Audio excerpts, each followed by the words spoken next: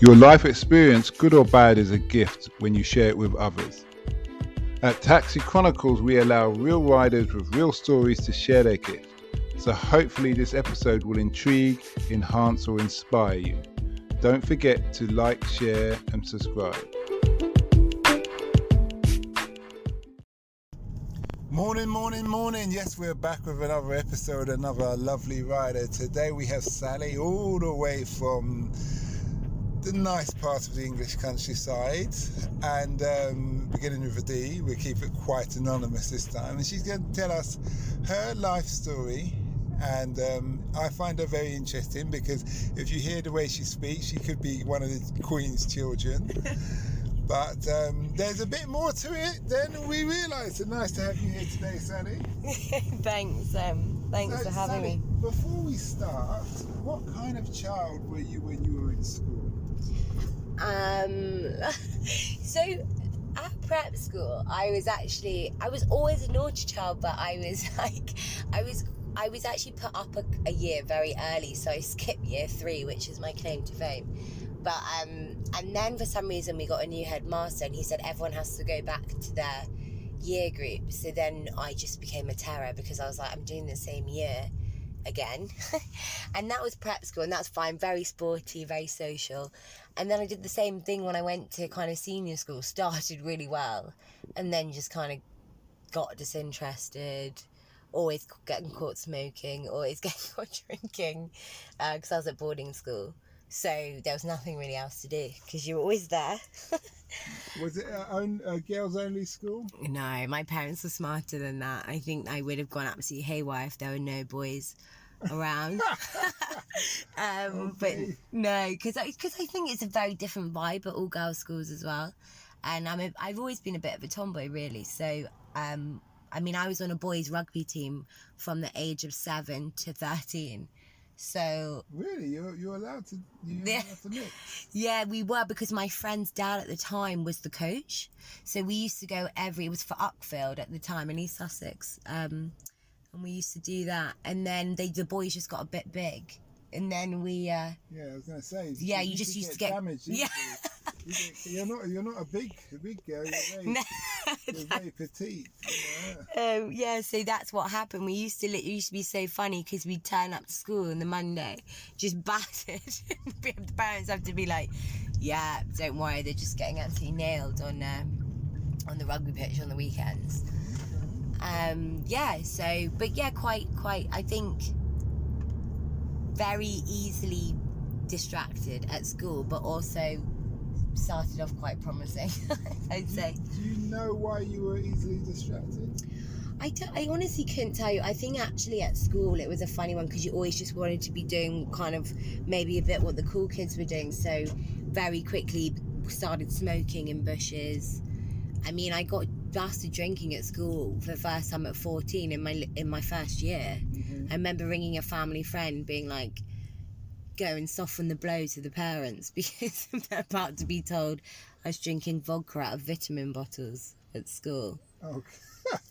Hiding it in your little locker. How did they know you was vodka and vitamin bottles? Oh, because we used to have like plays and stuff on the weekend, and clearly we were all wasted watching it, and our house mistress was actually sitting 2 rows behind, which we were obviously too wasted to recognise. So clearly not very subtle, and probably they just thought, if you're going to be this kind of brash about it, we're going to bust you. And then you end up having to do this hideous week of just like punishments, including ending the week with like copying out the newspaper for 2 hours, which you think would be enough to make you stop doing it, but school just becomes boring when you're there all the time. That's the problem. Okay, so there's no real purpose that interests you while you're there. The thing is, we've all said it, it's so funny. So I was at a wedding this weekend with all my school friends, and actually everybody said as soon as you leave, you really miss it. But I think everyone's just a bit, you just rebel against the system while you're there. But it was actually great, and it was a brilliant school, and particularly my senior school, I've just made, some of my best friends for life. This wedding, we met 17 years ago, and everybody is still meeting up regularly. Everyone is, still down the pub. And I don't think everybody gets that everywhere. So I am so thankful for that, the friendships that I made. Yeah, so some true bonding. Would you send your kids to boarding school? Oh my! So we talk about this a lot as well, and we all just keep saying, you read it in the papers and you say how much, they just keep going up and up and up. Who the fuck is going to be able to afford private school by the time I get my act together and decide to have kids? Which God knows when that will be.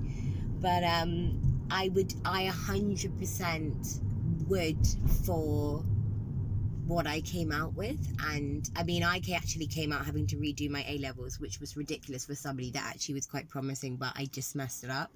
But the friends, the skills, the kind of bonds that I made, I don't know because if you think about it, it's really weird being you live with your friends for 5 years.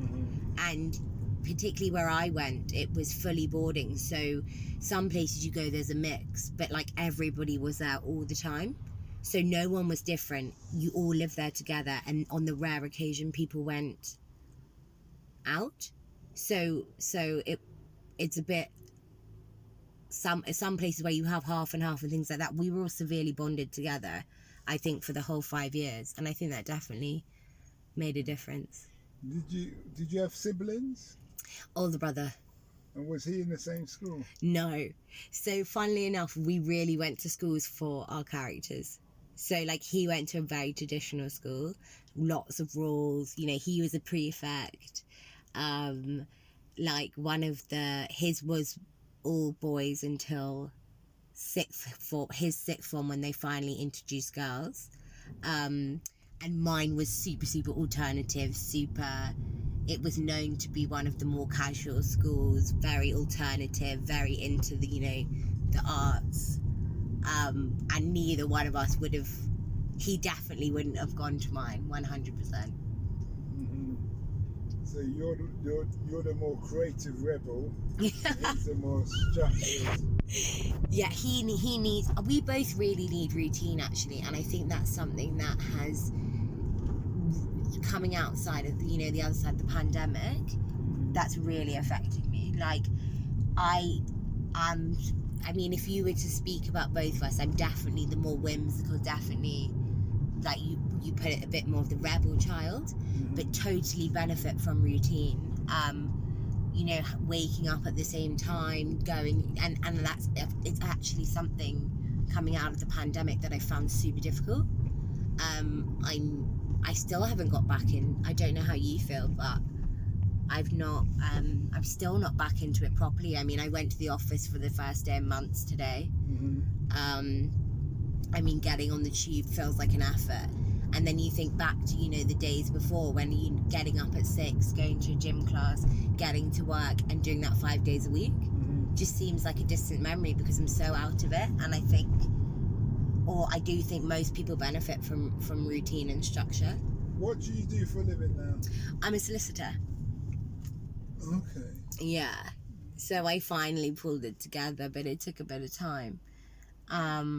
But yeah, just doing that. Okay. So you were telling me about your father earlier on. Yeah. Your father's interesting story. Starting from where is it, in India? Yeah, so he moved over to, he'll tell you himself, he said, God, the boat, my dad gets super seasick now. And it's because of that boat that basically takes you from India across to East Africa. And he said he can remember it to this day. He went at 5, you see. Grew up in Tanzania. But starting with, you said he left India because of... Well, so my dad was Muslim, so tracing way back, there was a long period of time where my grandma was living in India and my grandpa was living in Tanzania, because he went to find work because he was Muslim and he knew that he could go to, he'd found a job in Africa and he was going to be a teacher. And it's actually the best story ever because he literally was studying by street lamp in Africa. He was like, I literally just sit on the street with these books. And the best part about the story that he tells, he's like, he found this family there, and they had 7 children, and they were like to him, oh, what's one more? So they just took him in, just like to live, because they were like, once you've got 7 kids, feeding 8 is no different. So wait a minute, where was his parents then? His parents back in India. So he went, and then my grandma was still in it, and he said that he used to just buy 1 packet of cigarettes and then because this lovely family took him in, he was basically sending money back over to my grandma's family, and then they all, when my dad ended up, when they kind of got reunited and they had kids back in India, my dad was one of 4, second oldest, had an older brother. They moved when my dad was 5 back over to Tanzania, and that's where my dad grew up. So he totally feels African, in his culture. In, you know, if you ask my dad now, he says, where, he's like, I wish I could have stayed in Tanzania. He would have loved for us to grow up there, because he said it was just a really stress-free, no social pressures. You know, he absolutely loved growing up there. He came over when he was 18. So just to confirm, when he was studying by streetlight, how old was he? That was my grandpa. So that was my grandpa being a teacher. When he was younger, he just married my grandma and then left for Africa. But then my dad just studied and then came over straight to England with no qualifications to study. And he came with his older brother. And that's a great story as well, because his older brother, my Uncle Gulu, just wanted to be a postman and watch the football. And that was like all he wanted to do, like earn money to buy beer, to meet girls, and to watch the football. And Papa always says that now. He's like, I was so jealous of my brother's life, but he knew he came over, went to school here to be an accountant. So yeah, and that's why we started talking about this, because you were kind of saying, you know, where your roots from, and that's something that's really embedded in me. You know, he really did have nothing when he came over here, and has worked, studied, and kind of, yeah, that's why he has his business today. So the school you were in is a boarding school, and it cost a penny or 2. Yeah. Yeah. And you're probably with people who are very established in life. Yeah. How was that experience when they heard your story, or did you keep it close to your chest? Do you know what was really interesting actually about that is that my school had really, it was basically white people. So obviously well, not obviously, but I'm mixed, so half English, half Indian. And what was so weird is that in my prep school was the same. There was one guy who, his dad was from Tonga, and then some kids from Hong Kong, international students, and then the same at my senior school. There was one black guy a few years above, and then there was another guy who was mixed race in my year, and that was it. And what was really weird is that it was, I didn't really think too much about it. And it was only, and sometimes there was the odd joke and things like that, but actually I was really unaware of kind of background and colour and things like that, because no one actually made me feel like it. And it wasn't actually until uni where it kind of opened up a bit, that those conversations. What uni did you go to? Leeds. Okay. Yeah. And I realised, you know, because when you go to uni, there's all these societies, and they make sense, because particularly if you, for example, a friend of mine, she went to a different uni, and she was explaining how she was part of the Sikh society, and not because she was exclusive, but because, you know, she wanted to meet a boyfriend who would have the same values as her, and, you know, who culture was the same, who celebrated the same holidays. So it's actually a case, in many cases, it's more so meeting similar people rather than excluding yourself from meeting other people. But I was just kind of really sheltered from that, and I always tell my dad's story, and I'm always super proud of it, because I always am so grateful for everything, because he's literally, he and my mum together have, you know, worked for everything we have. So I'm super, super proud of the story and always willing to share it. But yeah, for sure, it was very different. You know, a lot of parents were professionals in a different sense, and, you know, lots of famous kids with famous parents, or kind of aristocracy, and lots of higher, you know, I don't know whether you call it anymore, like and it was a completely different world to be opened up to that. And we were kind of just talking about it now, actually, my friend, the kind of different characters. So at uni, it was just a big mix of different people. How did you find mixing with working class? Oh, but this is the thing. For me, I don't even...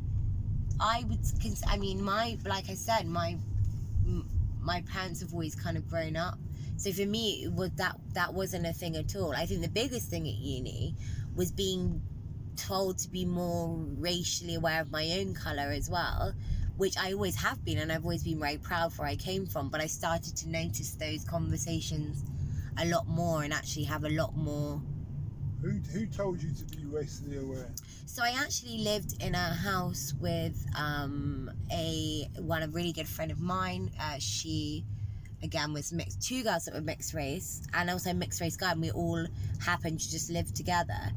And all coming from different stories, but it just became more of a topical thing that you know, it was something that we constantly had to talk about. And it's something I've always been proud of. It's just always never really come up in conversation. I find it so fascinating now that it's amazing that people want to talk about people's background more. So because we're talking 10 years ago. Okay.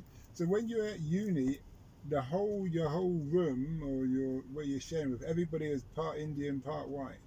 Not necessarily Indian, just all kind of mixed race from everywhere. And it was super nice because I think it's great to mix cultures, and I think it makes, you know, we had interesting food, everyone was cooking, I mean, interesting stories, and it was just different for me because when I'd been to school, everyone was white. But it's just funny because I hate to think that it was like over 10 years ago now I was at uni. But I mean, now what's brilliant is that people are being more inquisitive about backgrounds and cultures, where actually it really wasn't so much a thing. I understand. Yeah. What would you say you've learned from your whole experience of living so far that you wish you knew when you started?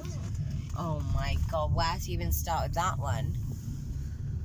Oh, I mean, I wish when I was younger I would have done a lot more for myself and not cared so much about what other people think. I think that is, you talk about the impression of school and being around so many different people from different backgrounds. I think that had something to do with that, because I think always people had a lot to prove. And it's funny now to be friends with the same people so many years later, when all that stuff is taken away and everyone's finally comfortable with themselves, because everybody's not an awkward teenager anymore. It's so funny because all of that stuff's irrelevant. I would say I lost a lot of myself at uni because, again, doing everything for other, you know, following the crowd and doing things like that. And I actually think it takes a very strong character when you're younger to truly be yourself and do what you want to do. And I think actually my sense of that was way too prolonged. I think I did it for far too long, just doing what I thought everyone was doing, if that makes sense. Yeah, it does. And I really wish that almost you could give young people a snippet of their future and what people are like and what they can achieve, and cut the bullshit and the nonsense. Probably be that. Based on what we were speaking about in the very beginning, when you spoke about your friend and circumstances that your friends have gone through, what would you say to your 16-year-old self?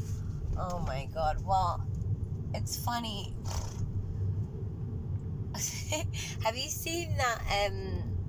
I don't know if you have. This will make it funny. So, have you seen that kind of snippet of the interview with Katie Price where she's on like a Sunday morning or something, or GMTV or whatever it is, and she's like, and I walked out of my house and my dog died and my horse had to be put down, and like she spills off all this just really crazy shit that happened to her, and it's like a meme that everyone's like, oh my god, well, like that was a totally bad day.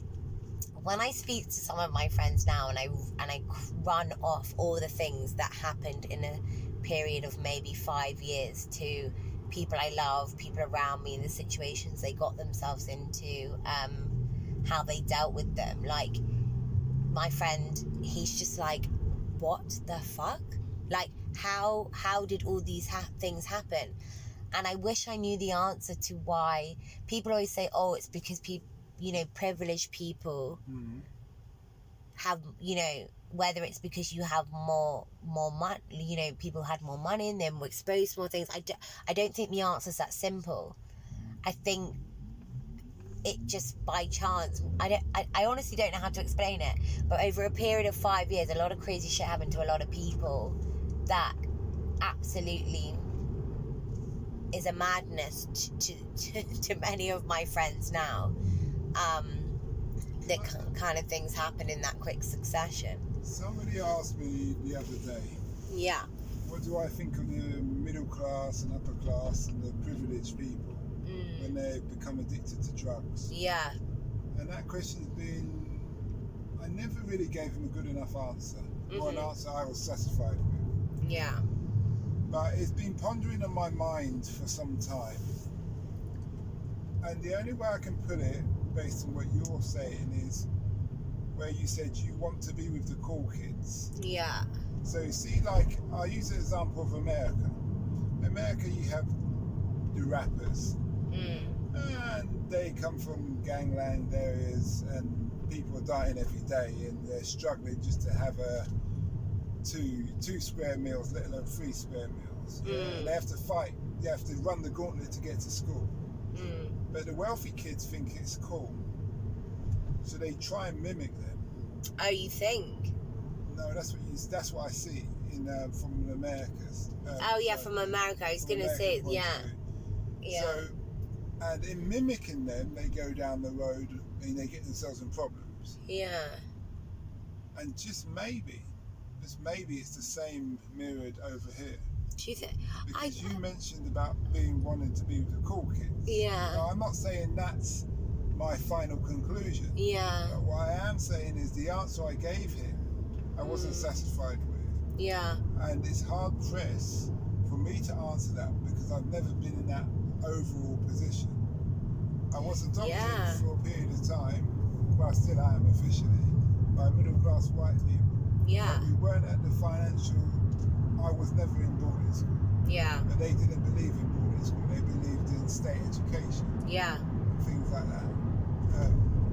What would you think? What do you think? That's a funny one because I think there's maybe a bit of truth to what you said in the Americas. I think it's quite hard.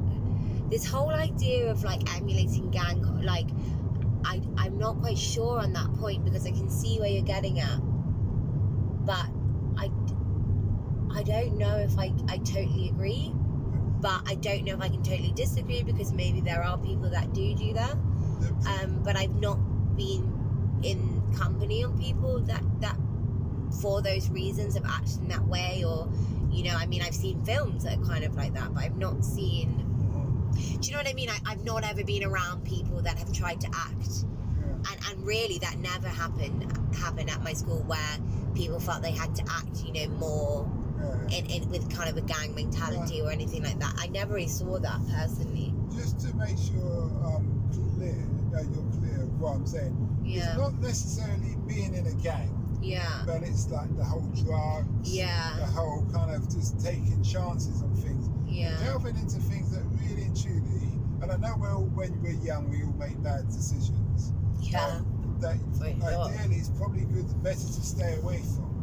So I've interviewed a lot of people, and I remember I interviewed this young guy and he'd actually relapsed that day. Oh my But he'd God. gone to some of the best boarding schools, and his dad was a high-powered banker or something like that, and who kept him putting him in different rehabs around the world. Yeah. But he got into the drug business, because of the parties, those parties you have in the tents in the countryside. Oh, yeah.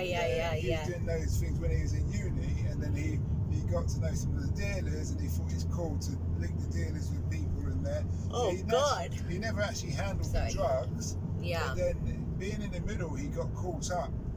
Yeah. Drama. Just passing. Yeah, I'm sure that happens. So it all went sideways for him. Oh, it's horrible. In that respect, yeah. Well, it's a funny world as well now, because also so many people are moving towards sober living.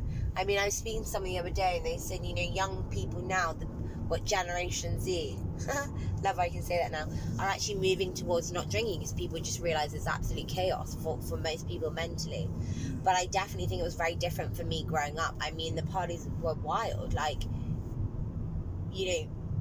people, massive boozers,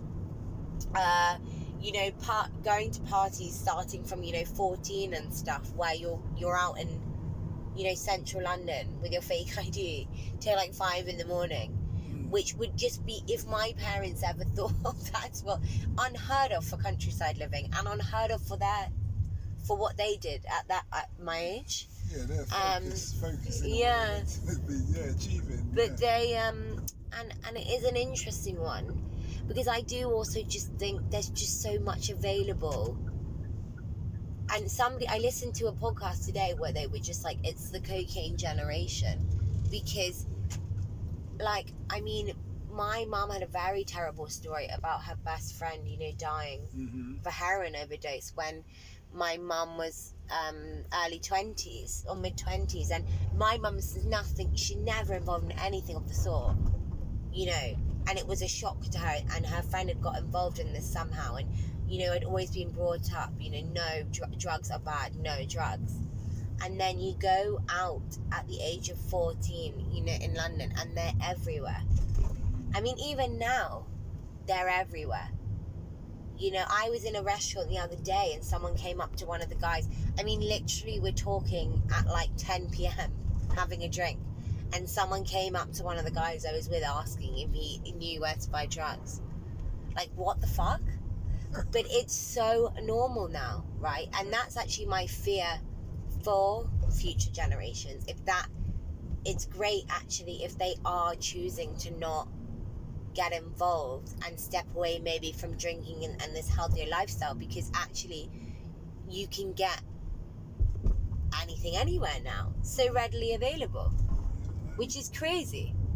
And I don't think it's because people think it's hard, or because they want to emulate a certain lifestyle of maybe like certain areas in America.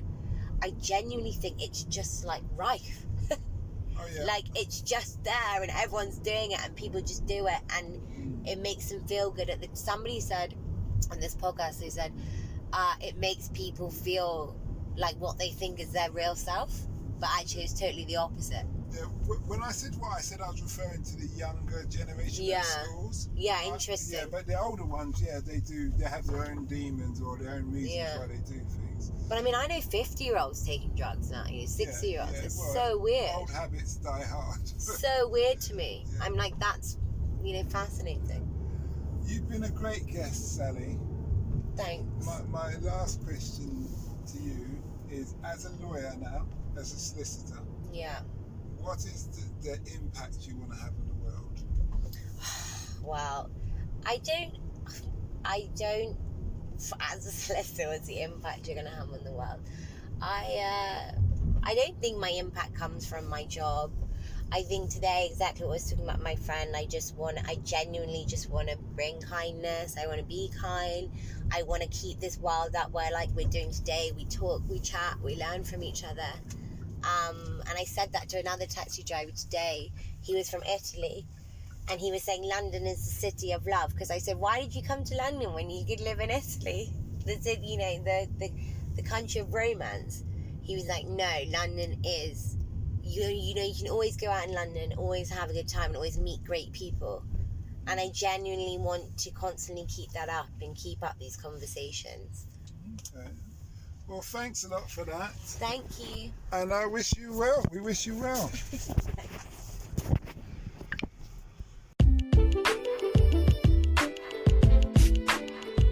We hope you liked that Taxi Chronicles interview. Don't forget to share and subscribe to get the latest episode. Ever considered investing in the continent with the fastest growing economies and population on Earth? The same continent that holds 30% of the world's known natural resources. Listen to our sister podcast, Africa Investor Stories, where you hear real investors with real stories from around the world share their experience of investing in Africa. We post Monday and Thursday at 10 a.m. British Standard Time.